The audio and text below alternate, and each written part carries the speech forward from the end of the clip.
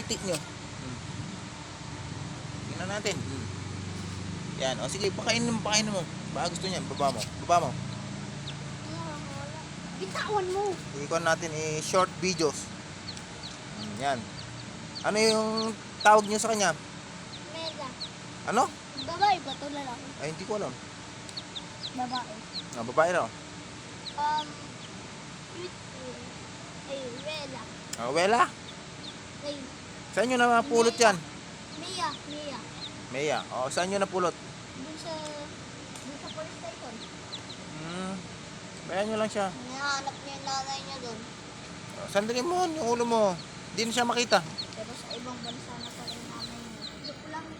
Oh, kinuha mo pala yung imbes pinakawalan ko dito. Huwag mo pakalawan. Ba, Samon?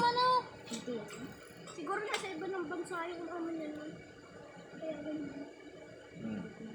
Makaingay. Pakainin nyo lang. Huwag nyo hinahawakan. Para man makakita. Sino yung kukunin yan? Pakainin nyo. Tingnan nyo. Kinakain niya. Nakakatakas na lang. Pakawalan mo nga. Hindi yan nyo lang. Di ba matatakas yan? Hanapin yung pagkain niya. Ano lang kahit mag-ano yan. O sige, ano lang. Hindi man yan tatakbo. Basta aamoy sa atin. Pupunta siya dito sa akin. At pagka may load ako, ipopost ko yung mga manok.